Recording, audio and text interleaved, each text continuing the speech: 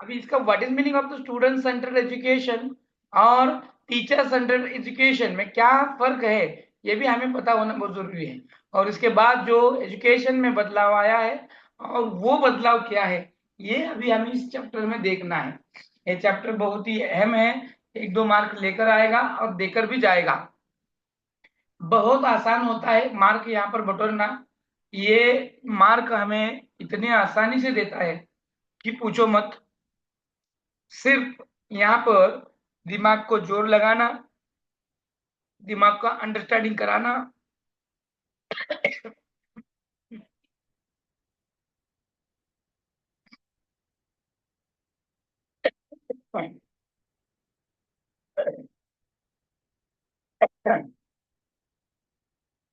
आप जितना एक्सरसाइज करेंगे क्वेश्चन आंसर सेशन का, उतना आपको समझ में आएगा। जो वीकली टेस्ट आ रही है 150 मार्क की, आप सॉल्व कर रहे हैं क्या उसको? 150 मार्काचे जर पेपर तुमच्या ह्याच्यामध्ये हाँ येतोय, सर। तुम्ही सोडवता आहात का? हो सर। सगळे सोडवतात का सगळेजण? सगळेजण सोडवत आहात का? बघा परत उत्तर येईनात, म्हणून मी म्हणत होतो कॅमेरा चालू करा म्हणून। उत्तरच येत नाहीत, होय नाही सर का, दिवा लावला का नाही लागला। असं जर तुम्ही करत असाल तर उद्यापासून मी तासच घेणार नाही बरं का। आताच सांगतो, तुमचे नाही, रिप्लाय खूप गरजेचं आहे। कुणासाठी आहे? माझ्यासाठी आहे का? आमच्यासाठी नाही सर, मग आमच्यासाठी आहे. मग तुम्ही जर ते पेपर नाही सोडवले तर तुम्हाला तर कळणार आहे का काय चाललंय काय नाही? त्याच्यासाठी तुम्हाला ते 150 मार्काचा पेपर सोडवायचा आहे। तुमच्यासाठी आता पेपर खूप जवळ आलेले आहेत। 14 डिसेंबरला पेपर आहे। हा, तुमच्याकडे आता 40 दिवस राहिलेले आहेत। या 40 दिवसामध्ये तुम्हाला सगळ्या गोष्टी कव्हर करायच्या आहेत। ज्या गोष्टीमध्ये तुम्ही कमतरता आहेत ते गोष्टी पूर्ण करायच्या आहेत। त्याच्यासाठी तुम्ही त्या 150 मार्काचा पेपर सोडवणं गरजेचं आहे।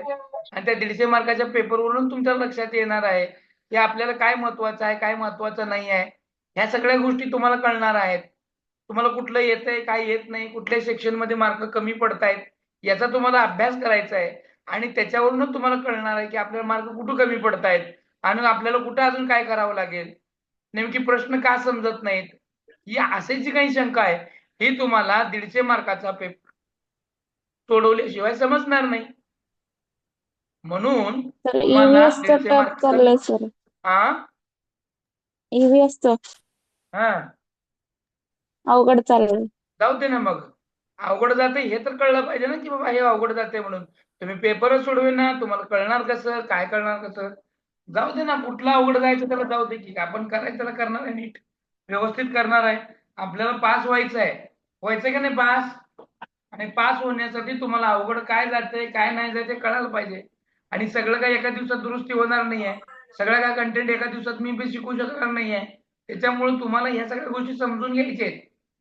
स्टडी मटेरियल मध्ये विषय वाईज सगळं दिलेलं आहे, ते वाचा, बघा, समजून घ्या। हं, त्याच्यानुसार सर तुम्हाला कळेल ते। आता बघा मराठीच्या ज्या आपल्याला टेस्ट आहेत ना बघायचं आहे, सर. आज आपल्याला काय बघायचं आहे कि ये बाल केंद्रित या बाल सेंटर्ड यानी स्टूडेंट सेंटर्ड जो एजुकेशन होता है उसका मतलब क्या है। आता जी आपल्याकडे शिक्षण पद्धती चालू आहे, अभी जो प्रचलित में चल रही है शिक्षा पद्धति, ये कौन सी सेंटर्ड एजुकेशन है? स्टूडेंट है कि टीचर है? स्टूडेंट. स्टूडेंट. स्टूडेंट है। स्टूडेंट सेंटर्ड एजुकेशन का मतलब क्या होता है, आपको पता है क्या? किसको कहेंगे स्टूडेंट सेंटर्ड एजुकेशन आपके हिसाब विद्यार्थी से? केंद्रित, जहाँ पर बच्चों के बच्चा केंद्रित होता है. बच्चा बच्चे केंद्रित होता है का मतलब? वो कैसे सीखेगा, उसको कंसेप्ट कैसे सिखाने हैं, ये ध्यान में रखना होता है. ओके, और इतनी बातें समझनी है हमें, और कुछ? उसको लर्निंग में क्या आसानी होगी, हाँ कौन सा तरीका अपनाना चाहिए. हाँ, वेरी नाइस। यानी ऑल, जैसे कि परीक्षा पद्धति में या फिर स्टूडेंट सेंटर्ड एजुकेशन में सिलेबस से लेकर अध्यापन, टीचिंग मेथोडोलॉजी और इवैल्यूएशन सिस्टम, सभी को स्टूडेंट सेंटर माना जाता है। स्टूडेंट सेंटर का मतलब होता है कि जो स्टूडेंट यानी बच्चा या फिर वो बालक है, उसको सेंटर्ड मानकर हमें पढ़ाना है। न तो अब तक चलता था क्या? अभी ये जो स्टूडेंट सेंटर आया है ये अभी अभी आया है, यानी 2005 से लेकर। तो इसके पहले कौन सी सेंट्रल एजुकेशन थी? किसको सेंटर माना जाता था? हम पढ़े हैं टीचर। लिखे हैं। हाँ, बराबर। कौन सा? टीचर।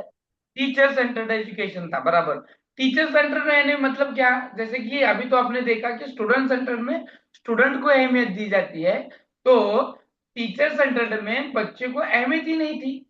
जहां पर स्कूल खोले जाते हैं बच्चों के लिए, पढ़ाना होता है बच्चों का, विकास करना है बच्चों का, डेवलपमेंट करना है बच्चों का, लेकिन टीचर आते हैं, अपनी ही मनमानी करते हैं और चले जाते हैं। यहाँ पर बच्चों को कितना समझ में आया, क्या समझ में आया, ये ध्यान दिया नहीं जाता। तो यहाँ पर समझ में ये आता है कि स्टूडेंट को अहमियत न देते हुए टीचर अपनी मनमानी जहां पर करता है, वो होती है टीचर सेंटर्ड एजुकेशन। कि जैसे हम पढ़े हैं, न हमें क्या पसंद है न क्या पसंद नहीं था, ये कभी टीचर ने पूछा क्या? हमको क्या पसंद है क्या पसंद नहीं था, ये कभी टीचर ने पूछा क्या? टीचर ने कभी गाकर, अलग अलग मेथोडोलॉजी का इस्तेमाल कर हमें कभी पढ़ाया क्या? हमें पढ़ाया टीचर ने, वो भी लकड़ी के डंडे से मार कर, पीट कर, कूट कर हमें पढ़ाया। हमें समझ में नहीं आया तो जबरदस्ती उसको दिलाने की कोशिश की गई, न कि हमारे चीजों को समझा, न समझने की कोशिश की। टीचर क्लासरूम में तो आए, लेकिन कभी उन्होंने हमसे गपशप नहीं की, न कभी हमसे उन्होंने ग्रुप डिस्कशन किया। टीचर आए तो खाली हाथ आए, टीचर आए भी तो किताब लेकर आए, और आए जैसे आए वैसे जो किताबों में लिखा है दिखाया गया है वही रट्टा मारकर पढ़ाकर चले गए। न हमें कुछ समझ में आया, न हमने कभी पूछा तो उसको उन्होंने जानकारी दी। सही बात है कि नहीं? न टीचर ने हमें कभी भी अपनाया नहीं। यस और नो? करेक्ट है कि नहीं? Yes sir. हाँ। करेक्ट और है। ये सब होता था, ऐसे हुआ, इसीलिए न टीचर ने टीचर की ऐसे टीचर की हरकतों की वजह से न हम कभी क्लास में अव्वल आ पाए, न किसी कंसेप्ट को हमने अच्छी तरह से समझा, न कौन सा सब्जेक्ट हमारा प्रिय हो चुका। देखो, मैथमेटिक्स का टीचर बोले तो सबसे डेंजर टीचर लगते थे हमें। Yes sir no? आज हमें सबको मैथमेटिक्स अच्छा नहीं लगता। Yes sir no? आप में से कितने जनों को यस सर। मैथमेटिक्स अच्छा लगता है? कितने जनों को अच्छा लगता है? सर मला सांग। मुझे सर। हाँ। मुझे नहीं यानी सर। कि 10 में से 2 ही जन को, तो 10 में से 2 जन को, बाकी के 8 का क्या? क्यों पसंद नहीं है हमें आपको अच्छा नहीं लगता। मैथमेटिक्स? क्यों पसंद नहीं कंसेप्ट ही क्लियर मैथमेटिक्स? नहीं थे सर। हाँ, कंसेप्ट ही क्लियर नहीं थे सर। कंसेप्ट क्लियर नहीं थे, पसंद नहीं है। लेकिन कंसेप्ट आपके क्लियर क्यों नहीं हुए? किस वजह से? उस वक्त अच्छी तरह से सिखाया नहीं गया, या फिर पहले जब सिखाया था तब वो क्लियर ही नहीं सिखाए थे सर। जब हाँ। अगर और समझ में नहीं आया तो उसको दोबारा सिखाया नहीं गया। फिर आपने पूछा नहीं कि उनको ये समझ में नहीं आ रहा सर, इसको दोबारा सिखाओ, या फिर नहीं समझ में आ रहा बोल के? सर एक आमचे गणिताचे शिक्षक खूप स्ट्रिक्ट होते. मग आम्हाला विचारायची धाडस होत नव्हती त्या. हाँ, तो आप डरते थे उनको, इसलिए डरते थे क्योंकि वो मारते थे। Yes sir no? हाँ, वो कूटते थे, आपको पीटते थे, इसीलिए वो डर के मारे आप उसको पूछते नहीं थे। और जब वो डर के मारे आप पूछते नहीं थे, तो आपको आता भी नहीं था, और आपको आया नहीं, इसीलिए आपको वो सब्जेक्ट प्रिय नहीं लगा, वो वैसे की वैसे रह गया। देखो, एक टीचर की गलती की वजह से, एक टीचर की गलती की वजह से कितने सारे बच्चों का लॉस हुआ, कितनी पीढ़ियां बर्बाद हो गई मैथमेटिक्स के लिए। सिर्फ मैथमेटिक्स ही नहीं, ऐसे बहुत सारे सब्जेक्ट हैं, जैसे कि हिस्ट्री है, ज्योग्राफी है। हाँ, ये भी जो सब्जेक्ट हैं ये टीचर की ठीक से पढ़ाने की तरीके के वजह से हमें प्रिय नहीं है। तो ये टीचर करते थे तो क्या करते थे? अभी गुरु आप बताओ कि आपने कहा कि वो मारते बहुत थे, लेकिन पढ़ाते कैसे थे? पढ़ाने का तरीका कैसा था उनका?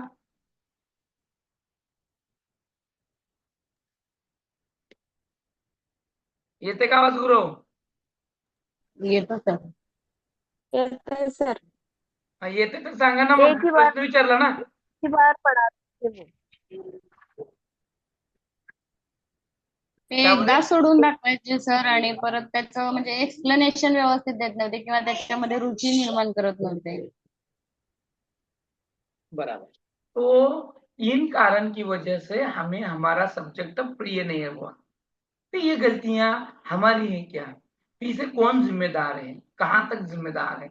तो इसके लिए हमारा जो एजुकेशन सिस्टम है, इसको जानना बहुत जरूरी है. सर नो, एजुकेशन सिस्टम कैसे चला, कहाँ से चला और कहाँ से कहाँ तक चला गया, ये देखेंगे तो हमें समझ में आएगा सबका एजुकेशन और आपका एजुकेशन और आज का एजुकेशन और कल आने वाली पीढ़ी का एजुकेशन किस तरह से बरकरार रहेगा.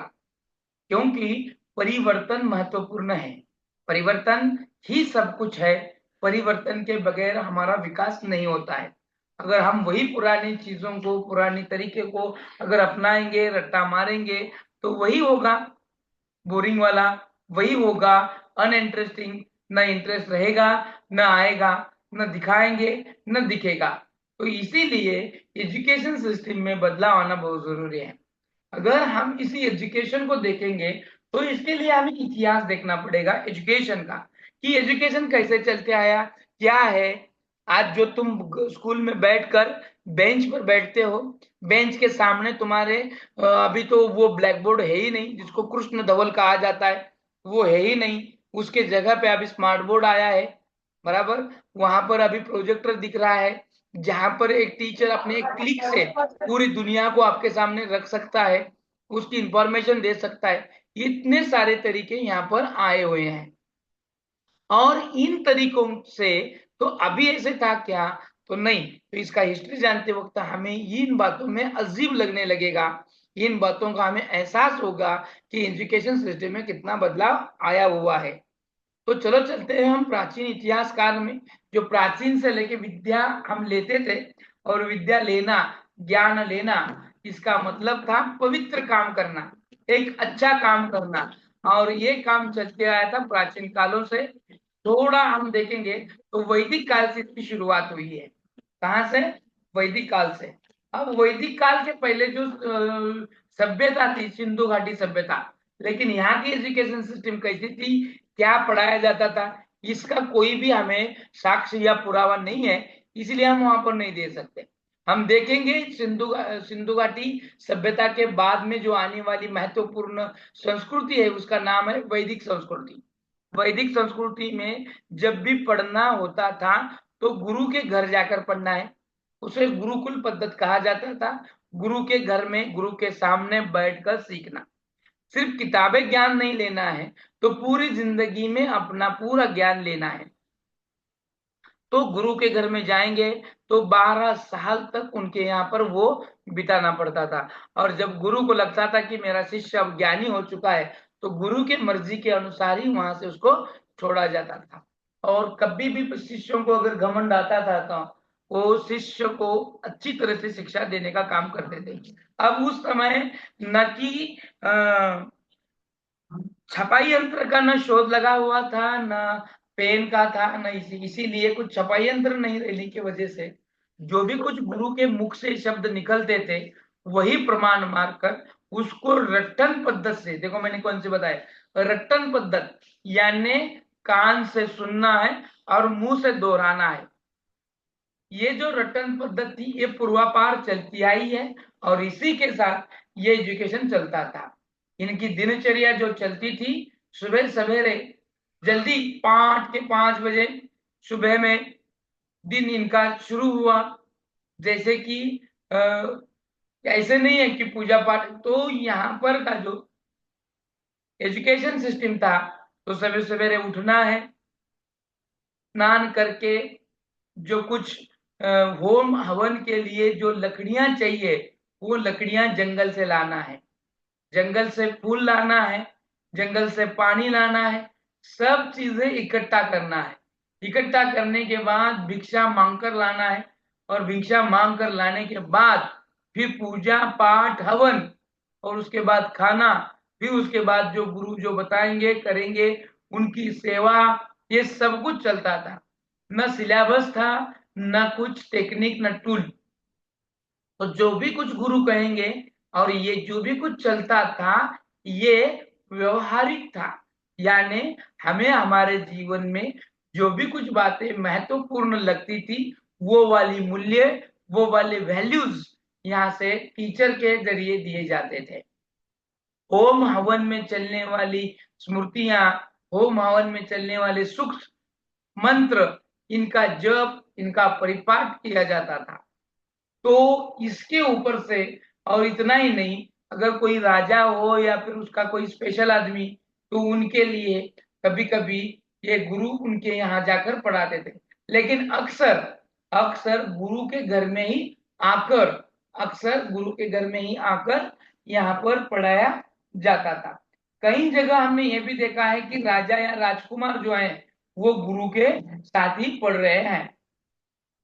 लेकिन जब भी अगर गुरु को लगता है कि ज्ञान इसको देना पर्याप्त हो चुका है तो वो उसको छोड़ देता था और उसको ज्ञानी कहलाया जाता था। और जो भी कुछ नॉलेज दिया जाता था वो दिनचर्या में, एक रोजमर्रा की जिंदगी में जिन बातों की जरूरत है वो सब कुछ यहाँ से पढ़ाए जाते थे। तो बहुत सारे धर्म में, संस्कृति में और जाति में उनके उनके हिसाब से शिक्षा ग्रहण की जाती थी।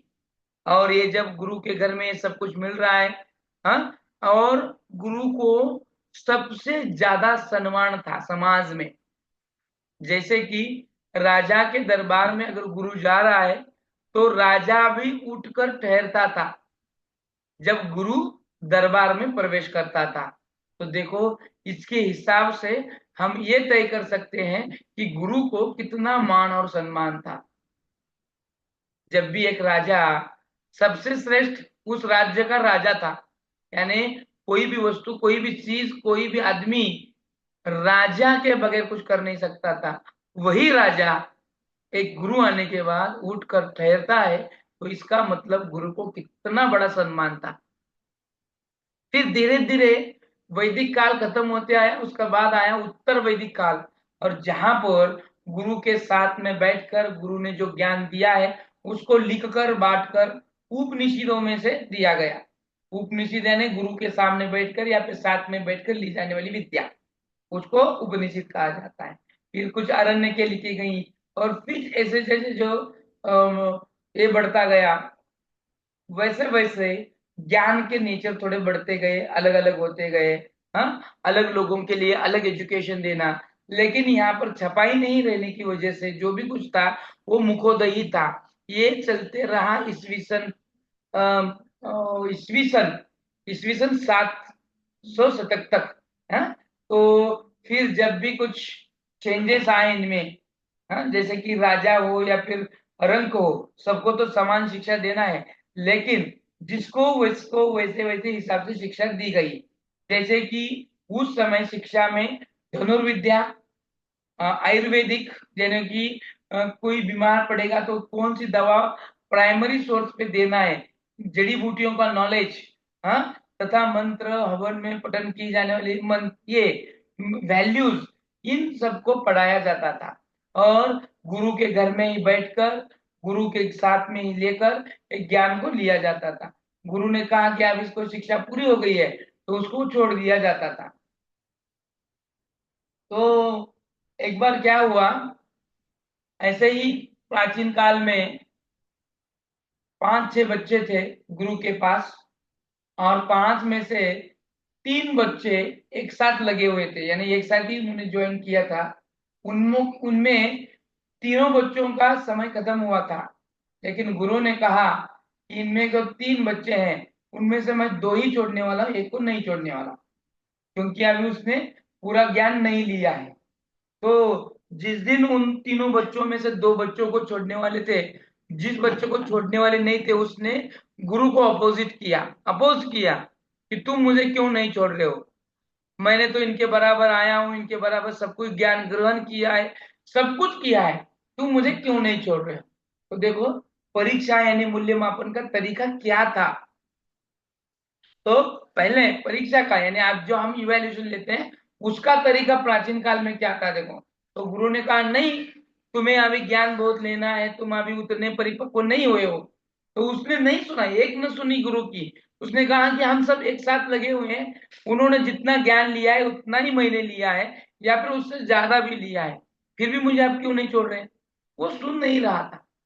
तो सुन नहीं रहा था, तो फिर गुरु ने कहा ठीक है, चलो मैं एग्जाम लेता हूँ, आपकी परीक्षा लेता हूँ, अगर वो परीक्षा में तुम पास हो गए तो मैं इन्हीं बच्चों के साथ तुम्हें छोड़ देता हूँ।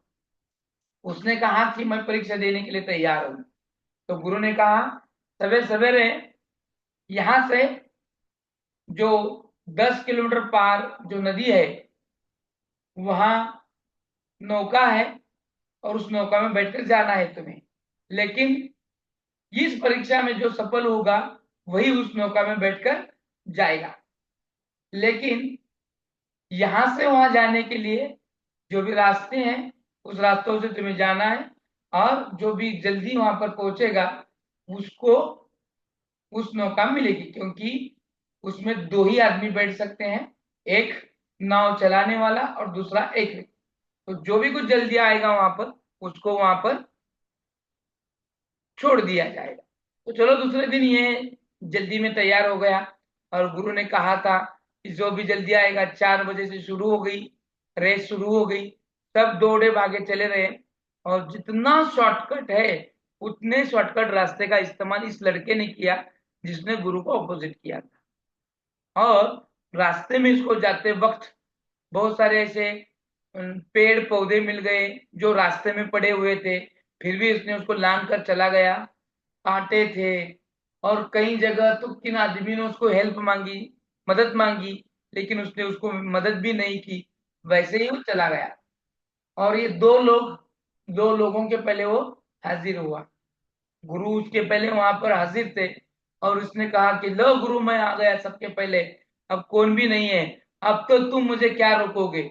ऐसे बोलकर गुरु को उसने टोका। गुरु हंसता हुआ उसकी ओर देख रहा था। उतने में थोड़ी देर बाद वो दो भी शिष्य आ गए, और दोनों शिष्य को गुरु ने पूछा कि तुम्हें आने में इतनी देर क्यों लगी? तो उन्होंने कहा कि गुरु, हमारे रास्ते में बहुत सारे से पेड़ पड़े हुए थे, हमने उसको हटा लिया और रास्ता बना लिया, जिससे आने वाले हर एक मुसाफिर को वो रास्ता क्लियर लगे। फिर आगे चलकर जब हम आए तो कुछ बूढ़े लोग थे जिनको पानी की जरूरत थी, जिनको बोझ उठाकर देना था, इन ऐसी मदद करते हुए हम आए हैं, इसीलिए हमें देर हुई। और इसको पूछा तूने ऐसा क्या किया, तू जल्दी आया? तो उसने बताया मैंने कुछ भी नहीं किया, यही तो मेरे साथ भी हुआ, लेकिन मुझे यहाँ जल्दी आना था इसीलिए मैंने वो कुछ काम नहीं किए। तो गुरु ने इसी से उस पर किया कि जिंदगी में अगर तुम्हें काबिल बनना है तो ये लोगों ने जो काम किया है, इनके पास जो वैल्यू आ चुकी है, वो वैल्यू तेरे पास अभी नहीं है। ये जिस दिन तेरे पास आएगी उस दिन तू उत्तीर्ण हो गया, तो उस दिन तू सफल हो गया, मान लो। उस शिष्य के आंखों में पानी आ गया, और उसने कहा मेरी ओर से गलती हो गई और मुझे माफ कर दो, अगली बार दोबारा मैं ऐसे नहीं करूंगा। और अगले कुछ दिनों के लिए वो वापिस चला गया, और ये दोनों शिष्य चले गए। इससे मतलब मोरल ऑफ द स्टोरी क्या है कि जो शिष्य हैं उनमें जो एबिलिटी आ चुकी है, ये एबिलिटी कितनी है कितनी नहीं है ये टीचर को पता था तब के, और उसी हिसाब से उनको वो वैल्यू वाला एजुकेशन देते थे। तो इस तरह की इवैल्यूएशन सिस्टम थी। तो बदलाव आते गए, फिर वो कागज पेन छपाई यंत्र का शुरुआत होने लगा, और फिर स्कूल खुलने लगे, और अब टीचर के घर स्टूडेंट नहीं जा रहा, और अब क्या हो रहा है, स्टूडेंट स्कूल आ रहा है और उनको पढ़ाने के लिए टीचर आ रहा है। बदलाव हो गए, लेकिन ये पढ़ाते वक्त एक निश्चित ऐसा सिलेबस आ गया, किताबें देखकर उसमें पद्धत लगाकर टीचर पढ़ाने लगे हैं। और पढ़ाते वक्त इनमें बहुत सारे सब्जेक्ट थे, बहुत सारे सिचुएशन थे, इनमें न उन्होंने अलग सा मेथड का इस्तेमाल किया। यहाँ पर बच्चों को पढ़ाना है रट्टत वाला। क्या पढ़ाना है? सिलेबस। सिलेबस उनका रट्टा मार कर लेना है, वही एग्जाम में लिखना है और लिखकर पास होना है। ये लिखने का तरीका भी जो था, ये करीबन 14वें शतक में कुछ तो कागज का आविष्कार हुआ, छपाई यंत्र का आविष्कार हुआ, और फिर उसके बाद ये स्कूल स्कूल में आने वाली एग्जाम इनका चयन होने लगा। सबसे पहला एग्जाम जो थी वो सबसे बड़े बड़े वाले क्वेश्चन वाली थी, जैसे कि संक्षिप्त भाषा में संक्षिप्त रूप में लिखो, हाँ, कहीं 1000 2000 शब्दों में लिखो, ऐसे वाले क्वेश्चन जिनको 50 50 60 60 मार्क थे एक क्वेश्चन को, ऐसे क्वेश्चन लिखकर हमें क्वालिफाई होना था।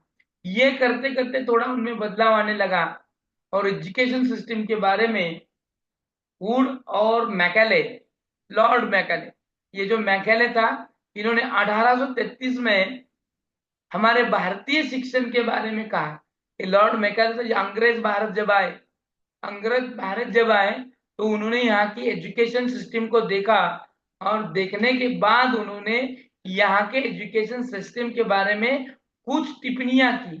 उन्होंने क्या कहा, देखो, भारत में का जो एजुकेशन सिस्टम है या फिर दिया जाने का जो तरीका है, ये तरीका यानी ये एजुकेशन हमारे यूरोप के एक लाइब्रेरी के, एक कबर्ड के, और कबर्ड में जो एक रैक है उसी के एक किताब की, इतना ही पूरे भारत का एजुकेशन है। देखो, यूरोप लाइब्रेरी, उसमें का एक कबर्ड और उसमें का एक किताब उसके लेवल का है, ऐसे कहा, क्योंकि उसको इतना नीचा दर्जा दिया गया। तो उसी से बाद में पाजर सिद्धांत आया, यानी उच्च लोगों को पढ़ा वो नीचे के लोगों को पढ़ाएंगे, ऐसे वाला पाजर सिद्धांत, पधरता सिद्धांत भी उसको कहते हैं। और फिर यहाँ पर अंग्रेजों ने बहुत सारे सिस्टम चेंज में बदलाव लाए, यहाँ के एजुकेशन सिस्टम में बदलाव लाए, और उन्होंने अलग अलग तरह का एजुकेशन देना शुरू किया। यहाँ पर पास ना पास क्वालिफाई होना, यही उसमें तय किया, बच्चों को बढ़ाकर पढ़ाना, इनकी शुरुआत की। और जो भी कुछ उनको मुनाफा हुआ अंग्रेजों को, और अंग्रेजों को मुनाफा होने के बाद उन्होंने कहा कि हम ये जो मुनाफा हुआ है 1 लाख रुपीज का, वो भारत के एजुकेशन सिस्टम में लगाएंगे।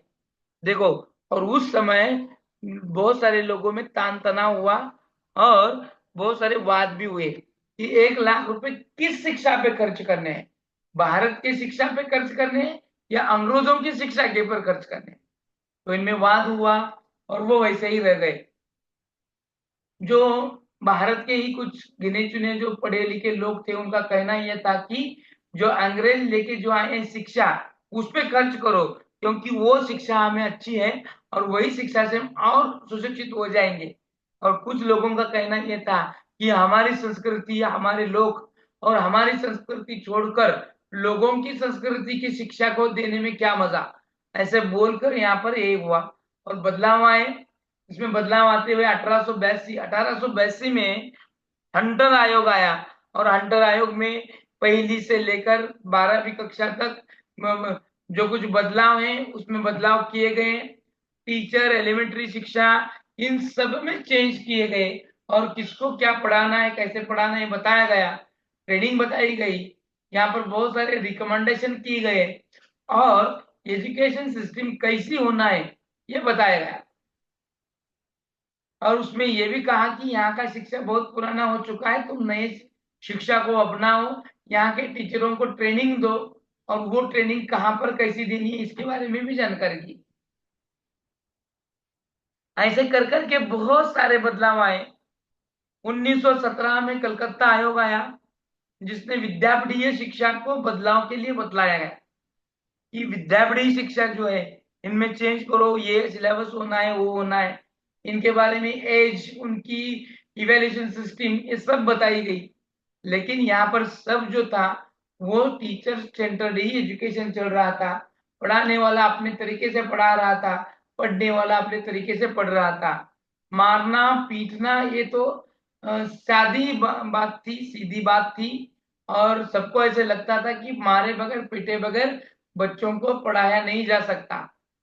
तो पीटना और कूटना ये आम बात थी।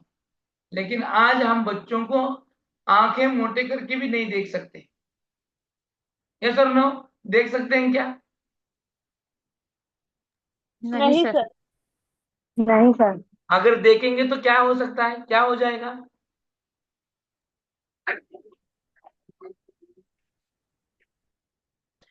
अगर देखेंगे भी तो अभी बड़े बड़े स्कूलों में सीसीटीवी कैमरा लगे हुए हैं, तुरंत आपको मेमो आ जाता है कि आपने ऐसे क्यों किया, क्योंकि बच्चों को मारना भी गुनाह है, बराबर। और ये जो है बच्चे बड़ बिगड़ रहे हैं ऐसे बहुत जनों का कारण। फिर 1917 के बाद, 1917 के बाद जब भारत स्वतंत्र हुआ, भारत स्वतंत्र होने के बाद यहाँ के लोगों को ऐसे लगा कि यहाँ की शिक्षा में बदलाव आना चाहिए। लेकिन क्या बदलाव आने चाहिए, कैसे बदलाव आने चाहिए, इसके बारे में भी बहुत सारी चर्चाएं हुई। और फिर भारत स्वतंत्र हुआ। कब स्वतंत्र हुआ? 14 अगस्त को। 15 अगस्त को। 15 अगस्त 1947। 47। बराबर। 15 अगस्त 1947 को भारत स्वतंत्र हुआ। और जैसे भारत स्वतंत्र हुआ वैसे यहाँ के लोगों को उसकी अ, जरूरत महसूस हुई कि क्या करना है और कैसे करना है। तो फिर सबसे पहले आयोग रखा गया 1948 का, जिसके अध्यक्ष थे राधा कृष्णन आयोग। डॉक्टर राधा कृष्णन आयोग नाम रखा गया। प्राइमरी एजुकेशन, प्राइमरी एजुकेशन के साथ बदलाव, बर्ताव, बच्चों को पढ़ाना लिखाना, उनकी जरूरतें। और बच्चे स्कूल आने के लिए भी तैयार नहीं थे, क्योंकि उस समय आर्थिक स्थिति अच्छी नहीं थी। तो और बच्चे भी देखो, एक एक घर में 12 12 15 15 बच्चे थे। यानी हम दो हमारे दो हैं अभी, वैसे पहले हम दो हमारे दो नहीं, हम दो हमारे कितने भी, ऐसी वाली सिचुएशन। तो खाने वाले हाथ ज्यादा, कमाने वाले हाथ कम, इसीलिए बेरोजगारी, बेकारी, गरीबी, दारिद्रता इनके हमेशा घर के दहलीज पे ठहरी हुई। और बच्चे छोटे छोटे जो हैं उनको भी कुछ ना कुछ काम को भेजना है, ऐसी वाली स्थिति थी। और फिर बच्चे पढ़ने भी नहीं आ रहे हैं तो क्या? तो गवर्नमेंट के सामने भी बहुत बड़ा क्वेश्चन था कि ये बच्चे स्कूल कैसे आएंगे, आएंगे तो भी पढ़ेंगे क्या, क्योंकि खाली पेट तो पढ़ाया नहीं जा सकता। गरीबी है, दरिद्रता है, बहुत सारे लोग निठल्ले हैं, निठल्ले यानी कोई काम नहीं है, काम नहीं रहने की वजह से इनके पास पैसा नहीं है, और घर में खाने के लिए अनाज तक नहीं है। ऐसे लोग अपने बच्चे स्कूल कैसे भेजेंगे? दिस इज मोस्ट, बहुत ही बिगेस्ट ऐसा चैलेंज गवर्नमेंट के सामने था। फिर पंचवार्षिक योजनाएं आई। पंचवार्षिक योजनाओं में नए नए कारखाने और नए नए कुछ फैक्ट्रियां खोलने की परमिशन मिली। उसी के साथ फिर लोग, बेरोजगार लोगों को रोजगार मिलने लगा। और फिर थोड़ा अवेयरनेस जगाने के लिए गवर्नमेंट ने बहुत सारी नीतियों को अपनाया। उनमें से एक था कि मिड डे मील, कि बच्चों को बीच में ही खाना दो। और कुछ बच्चे की, उसके साथ ही उसके पहले 6 वर्ष से लेकर 14 वर्ष के बच्चों को मुफ्त शिक्षा दी जानी चाहिए। फिर उसको सख्ती की गई, फिर भी बच्चे स्कूल नहीं आ रहे। यानी मुफ्त करके भी और अनिवार्य करके भी बच्चे स्कूल नहीं आ रहे, उतने नहीं आ रहे जितने आने चाहिए थे। गवर्नमेंट के सामने और परेशानी कि बच्चे क्यों नहीं आ रहे, क्या नहीं आ रहे, सर्वे करो। उसके बाद समझ में आया कि गरीबी दारिद्रता की वजह से बच्चे स्कूल नहीं आ रहे। फिर क्या करना है? तो बच्चों को खाना देना है, मिड डे मील दिए गया। फिर भी बच्चा स्कूल नहीं आ रहा है, आ रहा है तो खाने के लिए आ रहा है, और जब खाना खा लिया कि चला गया। अरे बाप रे, इतनी सारी परेशानी को दिक्कत देते हुए, और ये बच्चा पढ़ने रहे, पढ़ाने का तरीका, स्कूल में बच्चा आ रहा है, टीचर आ रहे हैं, क्लास में तो टीचर जा रहे हैं, पढ़ा रहे हैं, मार रहे हैं, कूट रहे हैं, लेकिन उसको कितना समझ में आ रहा है, क्या समझ में आ रहा है, ये मोस्ट नहीं है। जब चाहे वो पढ़ा रहा है, जब दिल चाहे वो नहीं भी पढ़ा रहा है। टीचर को जो लग रहा है, उचित लग रहा है, वही पढ़ा रहा है। सही पढ़ा रहा है, गलत पढ़ा रहा है, कुछ बोल नहीं सकते। और ऐसे में से पढ़ाना चालू है। ये जो सिस्टम थी ये चलती आई हमारी 1986 तक, जब राष्ट्रीय आयोग आने के पहले। यानी राधाकृष्णन आयोग आया 1948 को, फिर आया 1952 को, 52-54 मुदलियार आयोग माध्यमिक शिक्षण का, जिसने बदलाव किया। फिर आया 1966-64 का कोठारी आयोग, जिन्होंने त्रिभाषा सूत्र दिया कि बच्चों को एक प्रादेशिक भाषा, एक राज्य भाषा और एक राष्ट्रभाषा उसको आनी है। तो ये बतलाते हुए इसके बाद पहला राष्ट्रीय शैक्षणिक धोरण आया 1968 का, और फिर दूसरा राष्ट्रीय शैक्षणिक धोरण 1986 का, जिसमें ब्लैक बोर्ड मिशन लिया गया, मूलभूत सुविधाएं दी गई, क्योंकि स्कूल थे नाम के। वो स्कूल भरते थे पेड़ के नीचे, अगर इमारत है भी तो है, ऊपर छत नहीं है, छत है भी तो है, पानी से अंदर टपक रहे हैं, ऐसी स्थिति में बच्चे कैसे पढ़ेंगे? तो इनको मरम्मत करवाने के लिए नई योजनाएं लाई गई, और ये ब्लैक बोर्ड मिशन में स्कूल में जो बेसिक नीड्स हैं वो कंप्लीट करना। लड़कियां ड्रॉप आउट हो रही हैं, ड्रॉप आउट यानी बीच में ही स्कूल को छोड़ देना।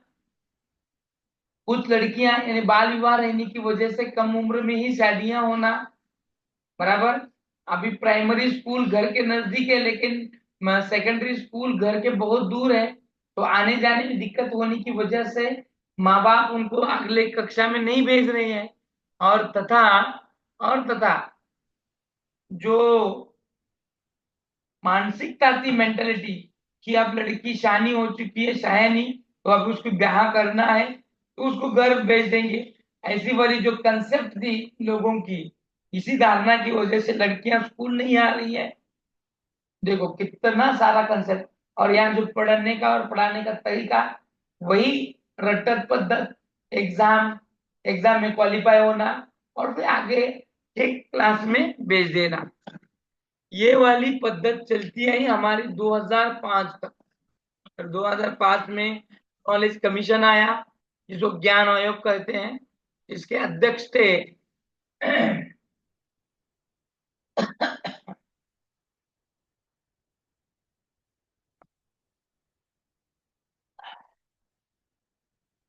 ये नॉलेज कमीशन जो आया, उसके चेयरमैन या फिर अध्यक्ष जो थे वो थे श्याम पित्रोड़ा। नॉलेज कमीशन ने बताया कि हम जो बच्चों को पढ़ा रहे हैं वो गलत तरीके से पढ़ा रहे हैं, टीचर सेंटर्ड है, बच्चों को क्या आ रहा है क्या नहीं आ रहा है यही पढ़ा रहे, ये नहीं देखते हुए हम उन पे बोझ दिखा रहे हैं। क्योंकि पहले का जो था, डिग्रियां हासिल करना, और डिग्रियां हासिल करने के लिए रट्टा मारना, जैसे कि अगर हम 1998 या फिर 2000 तक का 10वीं का बोर्ड का एग्जाम का पेपर भी देखेंगे तो हमें समझ में आएगा कि रिपीट एंड रिपीट क्वेश्चन होते थे, रट्टा मारना जरूरी था, और रट्टा मारने के बाद वही क्वेश्चंस आते थे, और जो रट्टा मारा है उसको लिखना है, उतने पे उसमें से उसने मार्क मिलेंगे और बच्चा क्वालिफाई हो जाता था। लेकिन बच्चा कुछ सीख नहीं रहा था, इसीलिए नॉलेज कमीशन आया। नॉलेज कमीशन ने कहा कि बच्चों को ज्ञान देना है, और ये नॉलेज कमीशन में ही एक बात तय हो गई, कंस्ट्रक्टिवलिज्म। कंस्ट्रक्टिवलिज्म यानी ज्ञान रचनावाद। यानी पहले कैसा था कि बच्चा माटी का गोला है, उसको और टीचर जो एक कुंभार की तरह काम करता है, और इस कच्चे मटके को या ये कच्चे को हमें पक्का बनाने का काम करना है, ऐसी वाली कंसेप्ट थी। तो ये नॉलेज कमीशन ने और कंस्ट्रक्टिवलिज्म ने इस कंसेप्ट को चेंज ही किया। बच्चा कोई माटी का गोला नहीं है, उसमें कोई ना कोई ज्ञान निहित है, वो ज्ञानी है, और जो ज्ञान उसके पास है सिर्फ उसके ज्ञान को बाहर निकालना है। क्या करना है? बाहर निकालना है। और ये निकालने के लिए टीचर के रोल भी बदल गए, change of role of teacher. क्या बदलाव आए कि टीचर को एक गाइड होना है, एक मार्गदर्शक होना है, एक प्रेरणादायी होना है, एक फैसिलिटेटर होना है, और एक इवैल्यूएटर होना है। ऐसे 4 प्रमुख जो बदलाव हैं, भूमिकाएं, रोल हैं, वो बदलाए गए, और उसी हिसाब से टीचर में बदलाव आया गया। नॉलेज कमीशन में ये भी बताया गया कि टीचर को, उसको बच्चे को अगर अलग पद्धति से पढ़ाना है तो वो जो चेंजिंग ऑफ मेथडोलॉजी है वो डिपेंड करेगी आपके करिकुलम पर, इसीलिए करिकुलम भी वैसा होना चाहिए। तो बदलाव फिर से किया गया कि ये वाली टीचर स्टूडेंट सेंटर्ड एजुकेशन में ऐसा कौन सा सिलेबस होना चाहिए जिसमें स्टूडेंट को फोकस किया जाए। तो वो भी बदलाव किए गए, यानी सिलेबस चेंज हो गया, मेथोडोलॉजी चेंज हो गई, मेथोडोलॉजी चेंज होने के बाद इवैल्यूएशन सिस्टम में भी बदलाव आए। और देखो जब भी इस इवैल्यूएशन में चेंज आया तो आपको पता है कि कृति पत्रिका आई, देखो एक्शन पेपर जिसको कहा गया, 9वीं को सबसे पहले 9वीं को कक्षा को आई, फिर 10वीं कक्षा में आई कृति पत्रिका, पता है क्या आपको? और आप भी चल रही थी।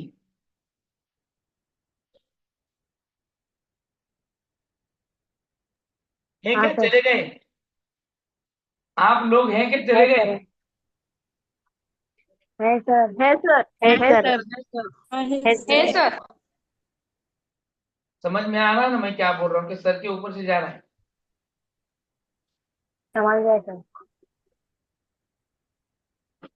मी काय सांगतोय ते समजतंय का डोक्याच्या वरून चाललंय असं विचारलं, साधं सोपं विचारलं। समजते सर. समजतंय सर. समझते सर। एजुकेशन सिस्टम में जो कुछ बदलाव आए, जो कुछ चेंजेस थे वो बता रहा हूँ। तो फिर आपको पता है क्या, सबसे पहले 9वीं कक्षा के लिए कृति पत्रिका आई थी, आपको पता है क्या कृति पत्रिका? हाँ सर। पता हाँ क्या, है सर। हाँ क्या था उसमें? जो कुछ आंसर लिखने वो अलग तरीके से लिखने थे, बराबर क्या, कि जिसमें रट्टा मारना नहीं है। सर डायग्राम्स में ज्यादा लिखना था। Correct, very nice. हाँ एक्शन थे ना, पूरे एक्शन थे डायग्राम के तौर से, सर यहाँ हमारे तक। टाइम पे फर्स्ट टाइम आया था वो। हाँ जब हम 9वीं में थे तो उस टाइम पे ही आया था वो। उस टाइम पर आया था, वेरी नाइस। हाँ तो आप भी एक मौका मिला ना, आपको भी स्टूडेंट सेंटर्ड होने का। Yes sir yes. पहले वो जो किया गया वो प्रायोगिक तत्व पर किया गया, और फिर उसके बाद 10वीं को लगाया गया, 12वीं को, और फिर सबको। तो ये जो था सिस्टम, इसका कहने का मतलब ये कि ताकि बच्चे के पास नॉलेज है, सिर्फ उसको बाहर निकालना है, और निकालने के टीचर को सहाय्य करना है। न बच्चा, वो बच्चा ऐसा नहीं है कि ये सर्कस में का शेर है, छड़ी मारो तो नीचे, छड़ी मारो तो ऊपर, ऐसे नहीं है। बच्चों को पढ़ना है, उसको मारना नहीं है, डांटना नहीं है, उसको खुलकर बोलने का, उसको खुलकर अपने विचार जाहिर करने का मौका देना चाहिए। और ये जो भी कुछ मौका देगा वही ज्ञान होगा स्टूडेंट सेंटर्ड। ऐसे में बदलाव होते गए, और आज हम देख रहे हैं कि इतने सारे बदलाव टीचर सेंटर्ड में आए हैं, पूछो मत। स्टूडेंट सेंटर्ड में तो टीचर सेंटर जो तो था, ये टीचर सेंटर था तो था क्या, कि जिसमें टीचर को अहमियत थी, टीचर को ही सब कुछ किया जाता था, टीचर के बोलने को महत्व था। अगर कोई बच्चा कहता भी था कि ये सर गलत है, तो भी उसको महत्व वहां नहीं था, उसको वहां पर न कोई वैल्यू था। तो बच्चों के दिल में डर था, टीचर मारेंगे, पीटेंगे, कूटेंगे। तो अभी वो डर नहीं है, अब बच्चा खुलकर बोल सकता है, खुलकर लिख सकता है। अब इतने सारे चेंजेस आ चुके हैं कि बच्चों को पढ़ने को मजबूर करना है। तो ये जो कंस्ट्रक्टिविज्म है, इनमें जो मेथोडोलॉजी भी चेंज हो गई। अब हम डिस्कशन मेथड ला चुके हैं, जिसको हम चर्चा पद्धत कहते हैं। चर्चे में भी बहुत सारे पद्धत हैं, पथक चर्चा है, हाँ, जिसमें 4-5 बच्चों का गट कर कर हम उसको चर्चा करने को ये कर सकते हैं। वो खुलकर कोई भी कार्य कर सकता है, खुलकर उसे कुछ करने के लिए हम मोटिव कर सकते हैं। ये सारे बदलाव आज की शिक्षा में आ चुके हैं। बच्चे को लर्निंग करने के लिए उसको टीचिंग एड्स दिए जा रहे हैं, पढ़ने के लिए, समझने के लिए। उसके जितने भी सेंसर हैं, वो सेंसर को हमने सपोर्ट बनाकर बहुत सारे टूल्स एंड टेक्निक्स बनाए हुए हैं कि बच्चों को ग्रहण हो जाए, यानी अंडरस्टैंड हो जाए। इस पर फोकस किया जा रहा है। जो किताबें पहली तरह की थी वो अब नहीं रही। आप जैसे कि इतिहास का अगर हम किताब देखेंगे, हिस्टोरी का, तो उसमें भी बदलाव है। पहले उसी हिस्ट्री के किताब में बहुत सारे डेट थे, तारीख बहुत थी, तो बच्चे को वो मेमोराइज करने में दिक्कत आती थी। अब उसको टोटली हटाया दिया गया है। लर्निंग सिस्टम में चेंजेस आए हैं, बदलाव आए हैं। बच्चे को यहाँ पे उसके ब्रेन को तान नहीं देना है। इसीलिए देखो कि अभी 8वीं के बच्चे तक फेल नहीं करना है, ऐसे जीआर आया। और अभी क्या है, 5वीं और 8वीं कक्षा में हम क्या कर रहे हैं, उसको फेल कर रहे हैं। लेकिन फेल करने के बाद तुरंत उसको रिमेडियल टीचिंग करा के क्वालिफाई भी कराना है। और उसका वो जो एक ईयर है वो उसका बर्बाद न हो, इस हिसाब से उसको फिर से आपको आपको एडमिशन देना है। तो बच्चों को मारना नहीं है, अभी के हिसाब से मारना नहीं है, पीटना नहीं है। तो ये जो अहमियत दी गई है, आज हमारे टीचर बच्चों को समझ में आने के लिए कितने सारे नुस्खे अपनाते हैं। टीचिंग एड्स लेके जाते हैं, बहुत सारे कृतियां टूल स्कूल में लेके जाते हैं। प्रस्तावना का इंट्रोडक्शन जिसको हम बोलते हैं वो करते हुए टीचिंग एड्स का इस्तेमाल करते हैं, नए नए तरीकों का इस्तेमाल करते हैं। इंट्रोडक्शन करते वक्त कोई ना कोई स्टोरी टेलिंग मेथड का इस्तेमाल करता है, कोई टीचिंग एड्स दिखाता है, दिखाकर क्वेश्चन आंसर करता है, भूमिका पालन का प्रतिमान का इस्तेमाल करता है। ये बहुत सारे टूल्स एंड टेक्निक का इस्तेमाल बच्चों को लर्निंग हो इसलिए कर रहे हैं। और आज बच्चों को किसी बातों का समझ में नहीं आ रहा है और टीचर जवाब नहीं दे रहा है, तो बच्चे भी क्या कर रहे हैं, गूगल कर रहे हैं, बहुत सारे सपोर्ट सिस्टम में देख रहे हैं, जैसे कि किताबें, लाइब्रेरी, बड़ों अपने लोगों को पूछना, और कुछ भी नहीं मालूम हुआ तो गूगल करो, यूट्यूब देखो। ये सब बातें कर कर बच्चे भी पढ़ा रहे हैं। बच्चे पहले जैसे नहीं रहे, जब टीचर पढ़ाते हैं तो उसको इतना कंफ्यूज कर देते हैं क्वेश्चन पूछ पूछ कर कि टीचर को अब तैयारी करके जाना है, टीचर को अलग मेथोडोलॉजी से पढ़ाना है। ये कि रटन पद्धत, व्याख्यान पद्धत, स्टोरी टेलिंग नहीं चलेगी। अब बच्चों को कौन सी बात ज्यादा समझ में आती है उस तरीकों को अपनाना है। इतने सारे जो चेंजेस हैं, ये चेंजेस हमारी शिक्षा में आए हुए हैं। यस और नो? यस और नो? Yes sir. हाँ सर।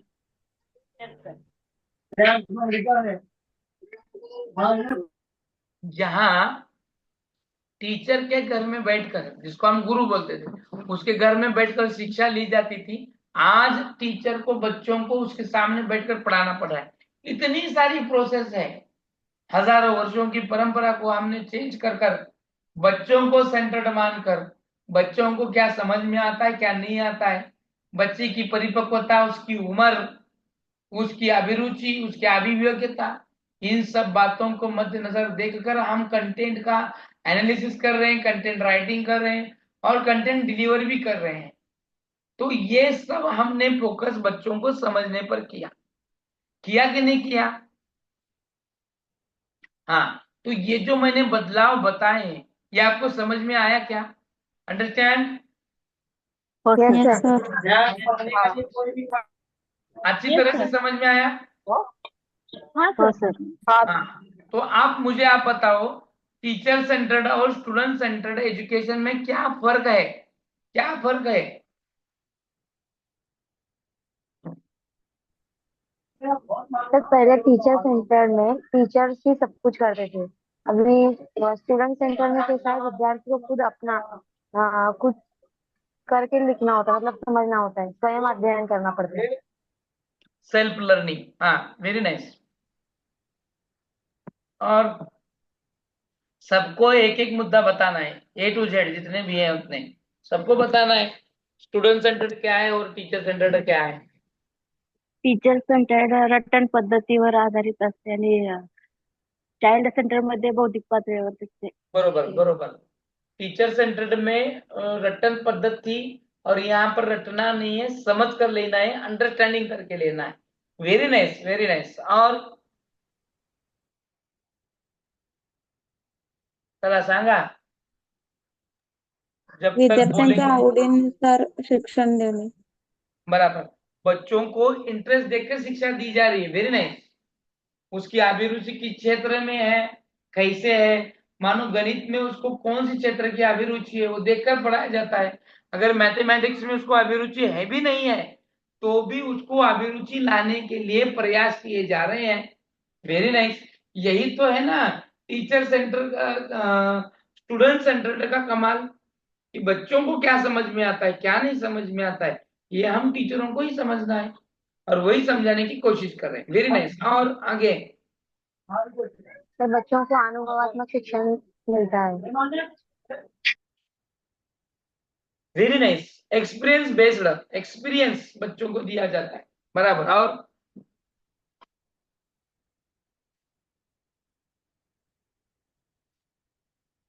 और रटना नहीं है, एक्सपीरियंस लेना है बच्चों को।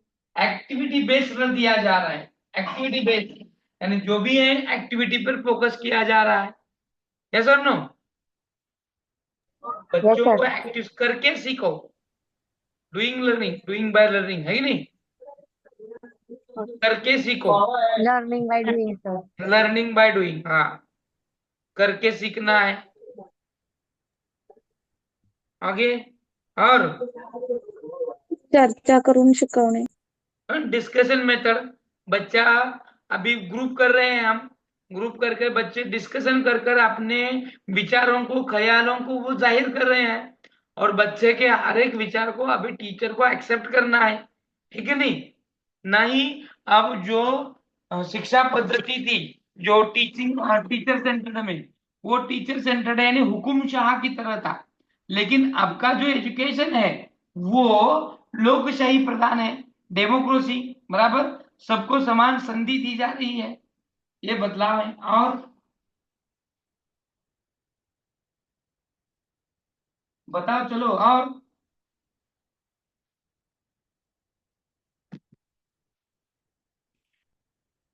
और क्या बदलाव है?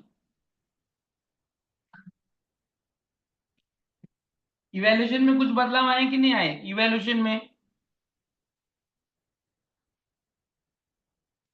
इवैल्यूएशन में कुछ चेंज हुआ कि नहीं अब हुआ? अभी ग्रेड सिस्टम आई है ना सर, पहले परसेंटेज ऐसे लिखते थे. हाँ, करेक्ट, हाँ, परसेंटेज की अब ग्रेडिंग सिस्टम रिजल्ट आई। कार्ड पे परसेंटेज ग्रेड लिखते हैं और हाँ, फिर उसके परसेंटेज का क्राइटेरिया रखते हैं. हाँ, 10 कि का बच्चों के दिल वो में गैप रखते हैं. हाँ, हाँ, बच्चों के दिलों में भेदभाव न आए इसीलिए है। और तथा कौन कितना स्टैंडर्ड है, नहीं क्या? अभी बहुत सारे बच्चे सुसाइड कर रहे थे, क्यों? क्योंकि देखो हम क्या करते हैं, कंपेयर करते हैं, माँ बाप भी कंपेयर कर रहे हैं। वो बाजू वाला पिंटू देखो, वो चिंटू देखो, तुम्हारे से होशियार है, उसने इतने परसेंटेज लाए, तुमने कितने लाए, ऐसे बोलकर क्या करते थे, पेरेंट्स भी कंपेयर करते थे। और इसी कंपेरिजन की वजह से बच्चों में डिमोटिवेशन होना, वो डिप्रेशन में जाना और सुसाइड करना, और बहुत सारे बच्चों ने सुसाइड भी किए हैं। और इसी वजह से हमने हमारे एजुकेशन सिस्टम में चेंजेस लाए, जिसको हम सीसीई कहते हैं, हाँ, जिसको सतत और सातत्य और व्यापक मूल्यमापन कहा जाता है, बराबर, सतत, संपूर्ण, इवैल्यूएशन, सातत्यपूर्ण सर्वोत्कृष्ट मूल्यमापन। मूल्यमापन। और ये मूल्यमापन की वजह से ही हमने बच्चों के बहुत सारे इवैल्यूएशन सिस्टम में बदलाव लाए हैं, चेंजेस लाए हुए हैं। और इसी की वजह से आज बच्चे बहुत ही बेहतरीन तरीके से पढ़ रहे हैं। और उसी का एक चेंजेस है जो हमने परसेंटेज को हटाकर ग्रेडिंग सिस्टम लाए हैं, यानी 90 से ऊपर जितने बच्चे हैं उतने बच्चों को ए में ऐसे जो ग्रेड किए हमने, उससे कोई बच्चा कंपेयर नहीं हो रहा है, यानी सबको लग रहा है कि हम इनके लेवल के हैं, होशियार हैं। तो जो भी कुछ हम बदलाव ला रहे हैं वो बदलाव बच्चों को मानकर, उनको अपना कर, ये सब बदलाव ला रहे हैं। और कुछ? सर अध्यापन तंत्र में प्रश्नावली और नैदानिक चाशनी भी ऐड की गई है। Yes, very nice. तो पढ़ाने का तरीका भी चेंज किया गया। अभी मैंने बताया था आपको कि पहली से 8वीं कक्षा तक फेल नहीं करना है। फिर क्या किया गया, अभी हाल ही में पिछले साल से हम क्या कर रहे हैं, 5वीं और 8वीं कक्षा के बच्चों को फेल कर रहे हैं। और फेल कर रहे हैं तो बच्चा क्यों फेल हो रहा है, तो उसको हमको देखना है, डायग्नोस्टिक, उपचारात्मक अध्ययन करना है, उसको निदान करना है और उसकी वो कमियों की जानकारी लेना है और उसको फिर रीटीच करना है और रीटीच कर कर उसको काबिल बनाना है और उसी एकेडमिक ईयर में उसको क्वालिफाई भी करना है, यानी उत्तीर्ण भी करना है, और नेक्स्ट आने वाले इसमें उसको अगली कक्षा में प्रवेश भी देना है। तो इतने सारे बदलाव किए हमने बच्चों को देखकर। अभी तो गवर्नमेंट ने और एक बदलाव लाए। कौन सा बदलाव है मालूम है? 10वीं कक्षा के बच्चों को एक बदलाव लाए, देखो कौन सा बदलाव है, पता है क्या आपको? नहीं सर। हाँ, नहीं वेकेशन होते हैं ना सर, समर में और दिवाली हाँ हाँ, में ना, उनके 9वीं के एग्जाम के बाद आवाज नहीं आ रही सम, आपको ठीक से, ब्रेक हो रही है आवाज। तर ई लर्निंग पण येते का? ई लर्निंग पण येतो, पण सध्या स्थितीला मेरा क्वेश्चन क्या था कि सद्य स्थिति में हालांकि में गवर्नमेंट ने 10वीं के बच्चों के लिए अलग सा एक कुछ ना कुछ प्लान किया है, पता है क्या आपको? तो वो ये है कि हालांकि अभी सद्य स्थिति में गवर्नमेंट ने 10वीं के बच्चों को बर्डन ना आए, बच्चा फेल ना हो, इसीलिए बच्चे को 20 मार्क पर क्वालिफाई किया जाएगा। यानी पहले 35 मार्क देना, उस सब्जेक्ट में क्वालिफाई होने के लिए 35 मार्क थे, अब बच्चे को 20 मार्क मिले तो भी पास है। पता है क्या आपको? पासिंग मार्क्स पासिंग मार्क को जो कटअप था वो नीचे कम लाया किया गया, है। 35 मार्क था वो अभी 20। अभी तो प्रैक्टिकल के 10-15 मार्क तो ये मिलते हैं, बच्चा यहीं पे पास हो जाता है। देखो ये बदलाव है। और एनईपी 2020 जो चल रहा है उसके तहत अब हमारा एकेडमिक ईयर जून के अलावा या जून की जगह पे अब हम अप्रैल में कर रहे हैं, 1 अप्रैल में। पता है क्या आपको? हाँ सर, आ- बताओ। आने वाले आने वाले एकेडमिक ईयर में, यानी 1 कितना अप्रैल कम रहेंगे? 2025 से हम इस एनईपी 2020 को लागू कर रहे हैं, और हम हमारा एकेडमिक ईयर अप्रैल से शुरू कर रहे हैं। जिस तरह से सीबीएसई करती है उसी तरह से हम स्टेट लेवल के भी उसी को फॉलो कर रहे हैं। देखो कितने चेंज आए, प्रगति हुई कि नहीं हुई, चेंजेस हुआ कि नहीं हुआ, क्यों हुआ? हाँ। ये जो बदलाव है, ये ऐसे बदलाव क्यों करने हैं, आपको क्या लगता है? ये ऐसे बदलाव जो है क्यों करने हैं, क्या कारण है ऐसे बदलाव करने? स्टूडेंट का मनोबल बढ़ाने के लिए और शिक्षा में उसकी रुचि बढ़ने के लिए और सुसाइड कम करने के लिए। हाँ, और बराबर है, और विद्यार्थियों की प्रगति के लिए सर। हाँ,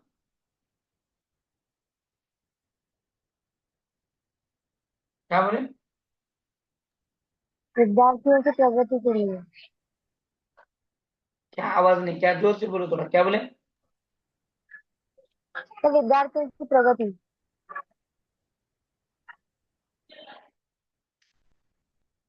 ये जो चेंजेस है क्यों करना है?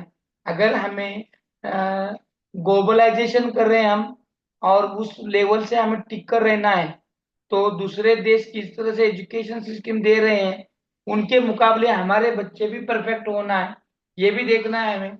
जागतिकीकरण में हमारे बच्चे भी टिकने चाहिए, यस और नो? अब हम जितना वैल्यू इंग्लिश को दे रहे हैं, अब हम उतना ही वैल्यू जर्मन एजुकेशन को दे रहे हैं, जर्मन लैंग्वेज को दे रहे हैं, क्योंकि जर्मनी में बहुत सारे जॉब वैकेंसीज हैं, रिक्रूटमेंट है, लेकिन जर्मनी नहीं आने की वजह से बच्चे हमारे वहां पर नहीं जा रहे हैं। इसीलिए हम एनईपी 2020 के तहत 6ठी कक्षा से लेकर ही हम अब जर्मनी लैंग्वेज सिखाएंगे बच्चों को। जर्मनी लैंग्वेज कब से सिखा रहे हैं हम बच्चे को? 6ठी क्लास से ही।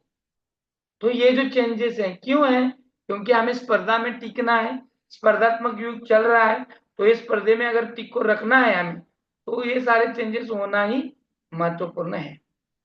तो इसी के हिसाब से हमें बहुत सारे बदलाव, बहुत सारे चेंजेस ध्यान में रखकर ये प्रगतिशील शिक्षा में स्टूडेंट सेंटर को हमने अहमियत दी है। कि ये जो टीचिंग सेंटर चल रहा है, किसको पढ़ाना चाहते हैं हम? स्टूडेंट को। क्या पढ़ाना चाहते हैं? जो सिलेबस। फिर बच्चों को अगर हम अहमियत नहीं देंगे तो बच्चा पढ़ नहीं पाएगा, समझ नहीं पाएगा। फिर जो टीचर का रोल है यहाँ पर वो चेंज हो गया। टीचर का रोल क्या था? टीचर का रोल ही क्या था? टीचर का रोल पहले क्या था और अब क्या है? अब सिर्फ उसको फैसिलिटेटर करना है। फैसिलिटेटर यानी सुविधा देने वाला। क्या पढ़ना है कि रिसोर्स चाहिए, जो रिसोर्स चाहिए उसको प्रोवाइड करो, तो देने वाला। और जहां पर उसको दिक्कत आ रही है वो सिर्फ मार्ग दिखाने वाला, गाइड। ऐसी वाली यहाँ पर रूल आ गई है।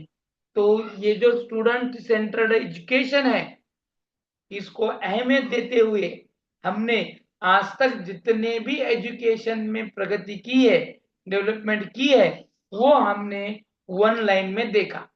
देखा कि नहीं? ये जो अभी हमने एक घंटा भर जो सुना, ये इसकी पार्श्वभूमि थी। पार्श्वभूमि क्या चल रहा है, क्या नहीं चला, कितना समझ में आया। यानी मैं डायरेक्ट पढ़ाना शुरू करूं तो आपको पीछे का फोकस नहीं मालूम होगा, और ये जानकारी आपको पेडालॉजी के क्वेश्चन सॉल्व करते हुए समझ में आएंगे। इसीलिए इतना इस पर अहमियत दिया गया, और 1 घंटे में आपको जो कुछ पूरी प्रोसेस थी वो बताई गई। तो ये प्रोसेस आपके समझ में आई? Yes sir. समझ में आया क्या आपको? यस जो सर। मैंने अभी पढ़ाया है वो यस समझ में सर। आया क्या? हो सर। हाँ। तो फिर हम अभी कल देखेंगे स्टूडेंट सेंटर्ड क्या होता है, किसको कहेंगे, क्या होता है, तो उसका नेचर देखेंगे और उसके बारे में अधिक जानकारी लेंगे। आज हमने जो भी देखा ये पार्श्वभूमि थी, पार्श्वभूमि और इतिहास था इसका, जो आपको बेनिफिट कराएगा पेडागोजी के क्वेश्चन सॉल्व करते वक्त। आप में एक मेंटल प्रोसेस जागरूक करने का ये काम था। और ये जो मैं पढ़ा रहा हूँ ये भी एक स्टूडेंट सेंटर्ड ही है, क्योंकि इसको समझने के लिए क्या क्या बातें जरूरी है वो मैं प्रोवाइड कर रहा हूँ। तो मैंने किसका ख्याल रखा? स्टूडेंट का। तो ये मैंने कौन सा मैं जो पढ़ाता हूँ वो कौन सा सेंटर्ड है? स्टूडेंट सेंटर्ड है कि टीचर सेंटर्ड है मेरी पढ़ाने का तरीका? स्टूडेंट। Student centre. हाँ। आपको क्या समझ में आता है, क्या नहीं आता है, देखने का काम जो है ये स्टूडेंट सेंटर्ड ही है। तो और किसी को कोई दिक्कत, कोई समस्या है तो पूछ सकते हैं, क्योंकि अभी यहाँ पर हम रुकने वाले हैं और बाकी का जो है वो आगे